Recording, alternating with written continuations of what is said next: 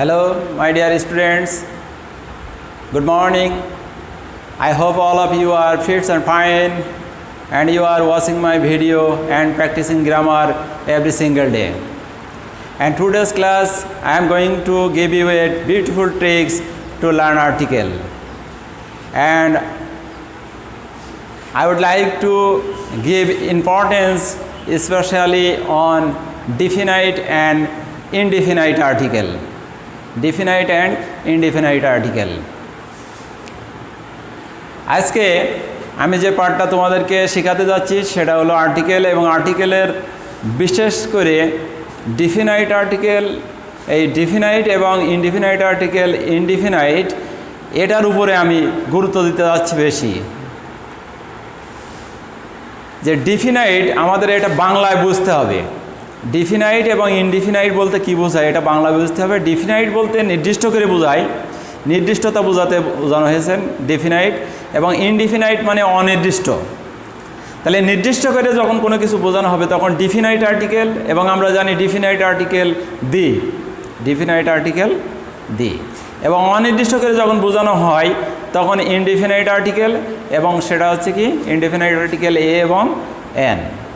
আমি এখানে বোর্ডে লিখেছি, দেখো তোমরা, যে ডিফিনাইট আর্টিকেল দি নির্দিষ্ট করে বোঝাতে বসে, এবং indefinite article A N singular countable নাউনের ক্ষেত্রে অনির্দিষ্ট করে বোঝাতে বসে। এখানে আরেকটা বিষয়, singular countable noun A N article বসাতে হলে, এ এবং এন আর্টিকেল বসাতে হলে, আর্টিকেল সাধারণত নাউনের পূর্বে বসে, তাহলে সেই নাউনটাকে সিঙ্গুলার হতে হবে এবং কাউন্টেবল হতে হবে। এ এন দ্বারা একটি বোঝায়, এ দ্বারা একটি বোঝায়, এন দ্বারাও একটি বোঝায়, এবং ওয়ান দ্বারাও একটি বোঝায়। সে কারণেই কাউন্টেবল নাউন তো হতেই হবে, সাথে সাথে সেটা সিঙ্গুলার হতে হবে, এবং একটি বোঝাচ্ছে এরকম বোঝাবে, একটি বোঝাতে এ এন ব্যবহৃত হয়। তাহলে আমরা দেখি একটু উদাহরণ দিয়ে এটা কেমন বোঝাচ্ছে।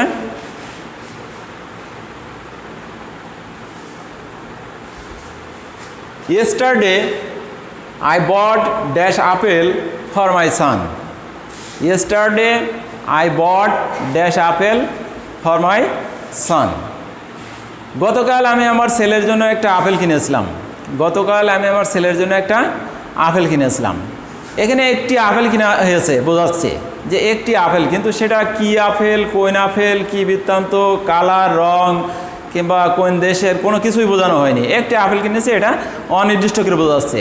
এ কারণে যেহেতু একটি বোঝাচ্ছে এবং অনির্দিষ্ট বোঝাচ্ছে, কারণ এখানে এ অথবা এন বসবে। কিন্তু এ বসবে এবং এন বসবে কোথায়? আমরা জানি যে ভয়েল সাউন্ডের ক্ষেত্রে এন বসে এবং কনসোনেন্ট সাউন্ডের ক্ষেত্রে এ বসে। তাহলে আপেল, যেহেতু আপেলের প্রথম অক্ষর আছে ভয়েল সাউন্ড, এ কারণে আপেলের পূর্বে এখানে বসবে কি এন। আপেলের পূর্বে বসবে এন। তাহলে কি হলো? Yesterday I bought an apple for my son. এখন আরেকটি বিষয়, যার পরে লেখা হয়েছে dash apple was Australian. Dash apple was Australian, অর্থাৎ যে আপেলটা গতকাল আমি কিনেছি সেই আপেলের কথাই বলা হচ্ছে। তাহলে যে আপেলটা গতকাল কিনেছি সেই আপেলের কথা যখন বলা হচ্ছে, তাহলে এটা অবশ্যই নির্দিষ্ট করে বোঝানো হচ্ছে। এই কারণেই এখানে যদিও আপেল রয়েছে ভয়েল সাউন্ড, তারপরেও আপেলটা নির্দিষ্ট করে বোঝানোর কারণে এখানে আর্টিকেল এন না বসে আর্টিকেল দি বসবে। কি কারণে? আমরা ডিফিনাইট জিনিসটা এখানে বুঝতে পারছি যে এটা নির্দিষ্ট করে বোঝাচ্ছে। ডিফিনাইট বলতে নির্দিষ্ট, তাহলে নির্দিষ্ট করে যখনই বোঝাবে সেখানে আর্টিকেল দি বসবে। অতএব এখানে বসবে কি দ্য আপেল ওয়াজ অস্ট্রেলিয়ান।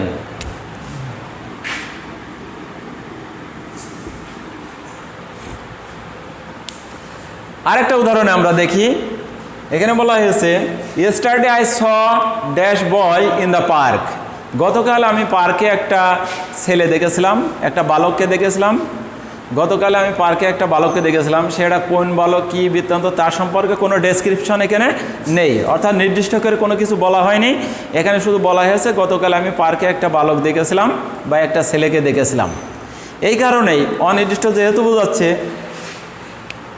এই বালকটা যেহেতু সিঙ্গুলার কাউন্টেবল নাউন, এই কারণে এর পূর্বে এ অথবা এন বসবে। সিঙ্গুলার কাউন্টেবল নাউন হওয়ার কারণে এর পূর্বে এ অথবা এন বসবে। এখন বয়টা যেহেতু কনসোনেন্ট সাউন্ড দিয়ে শুরু বয়, এ কারণে এখানে আর্টিকেল এন না বসে এ বসবে। এন মানেও একটি, এ মানেও একটি, কিন্তু ভয়েল সাউন্ডের ক্ষেত্রে এন এবং কনসোনেন্ট সাউন্ডের ক্ষেত্রে এ বসবে। তাহলে এখানে বয়ের পূর্বে কি বসবে? এ। তাহলে I saw A boy in the park. Yesterday I saw A boy in the park. গতকাল পার্কে আমি একটা ছেলেকে দেখেছিলাম। তাহলে একটা ছেলেকে দেখেছিলাম, এই ছেলেটা কিন্তু অনির্দিষ্ট, মানে ইনডিফিনাইট। এই কারণে আর্টিকেল কিন্তু এখানে এ বসলো অনির্দিষ্ট করে বোঝার কারণে। এর পরের সেন্টেন্সে বলছে dash boy was lamp. Dash boy was lamp. ছেলেটা ছিল খোড়া। Dash boy was lamp. তাহলে ওই ছেলে সম্পর্কে কিন্তু উল্লেখ করা হচ্ছে যে ছেলেটা আমি গতকাল পার্কে দেখেছিলাম। গতকাল পার্কে যে ছেলেটা দেখেছিলাম নির্দিষ্ট করে সেই ছেলেটাকে উল্লেখ করা হচ্ছে যে ছেলেটা খোড়া। তাহলে আবার কি বসবে? নির্দিষ্ট করে বোঝানোর কারণে আর্টিকেল এখানে দি বসবে। The boy was lame. The boy was lame. পরবর্তী সেন্টেন্স আমরা দেখি, I helped dash honest boy in the park. I help dash honest boy in the park. এই সেন্টেন্সের সাথে আগের সেন্টেন্সের মিল নেই, এটা কিন্তু অনেক অন্য সেন্টেন্স। এই কারণে এটা অনির্দিষ্ট করে বোঝানো হচ্ছে। I help dash boy honest boy in the park. পার্কে আমি একটা সৎ ছেলেকে সাহায্য করেছিলাম।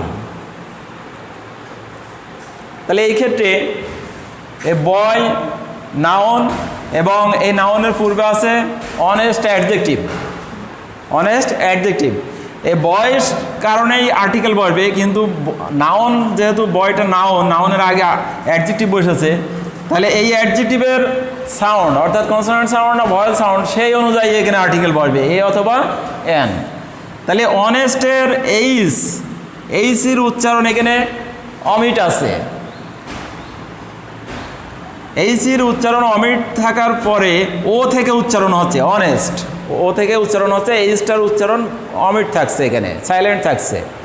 এই কারণে এখানে উচ্চারণটা আমরা দেখছি কি এটা ভয়েল সাউন্ড, যদিও কনসোনেন্ট দিয়ে শুরু, কিন্তু কনসোনেন্টের উচ্চারণ এখানে আসছে না, অর্থাৎ ভয়েল সাউন্ড হচ্ছে এখানে।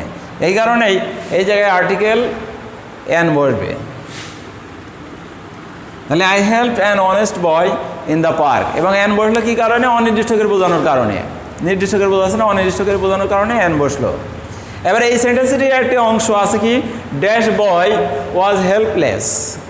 তাহলে যে বালকটাকে আমি সাহায্য করেছিলাম পার্কে, সেই বালকটাই ছিল অসহায়। তাহলে এটা নির্দিষ্ট করে বোঝানো হচ্ছে, আর নির্দিষ্ট করে বোঝানোর কারণেই এখানে আর্টিকেল কি বসবে? বি বসবে। The boy was helpless. তাহলে আমাদের এই পাঠের আমরা যে গুরুত্বপূর্ণ বিষয় বা যে বিষয়টার উপরে গুরুত্ব দিচ্ছি সেটা হচ্ছে ডেফিনাইট এবং ইনডেফিনাইট, নির্দিষ্ট এবং অনির্দিষ্ট। নির্দিষ্ট বোঝালে আর্টিকেল দি এবং অনির্দিষ্ট বোঝালে আর্টিকেল এ এবং এন। এখানে একটা জিনিস লিখেছি, যে ক্ষেত্রে আর্টিকেল বসে না, আমরা একটি স্ট্রাকচার এখানে দেখব যে অ্যাডজেক্টিভ ও নাউনের মাঝে, অ্যাডজেক্টিভ এবং নাউন একসাথে সাবজেক্ট হিসেবে বসতে পারে, অ্যাডজেক্টিভ এবং নাউন একসাথে অবজেক্ট হিসেবে বসতে পারে। অনেক সময় ভার্বের পরে বসে, অনেক সময় ভার্বের আগে বসে। অর্থাৎ ভার্বের আগে বসলে সাবজেক্ট হিসেবে বসে, ভার্বের পরে বসলে অবজেক্ট হিসেবে বসে। অর্থাৎ এটা একসাথে যখন বসবে অ্যাডজেক্টিভ এবং নাউন, এর মাঝখানে যদি গ্যাপ থাকে সেই ক্ষেত্রে কিন্তু আর্টিকেল বসবে না। আমরা পরবর্তী ভিডিওয় একটা ছোট প্যাসেজ লিখে তোমার আর্টিকেলে আরও কিছু বিষয় আলোচনা করব। শিক্ষার্থীবৃন্দু, আমরা এই যে প্যাসেজটা এখানে লেখা আছে, প্যাসেজটা নিয়ে একটু আলোচনা করব আর্টিকেল সম্পর্কে। এখানে লেখা আছে English is dash international language. এখানে ইন্টারন্যাশনাল আছে অ্যাডজেক্টিভ, ল্যাঙ্গুয়েজ আছে নাউন।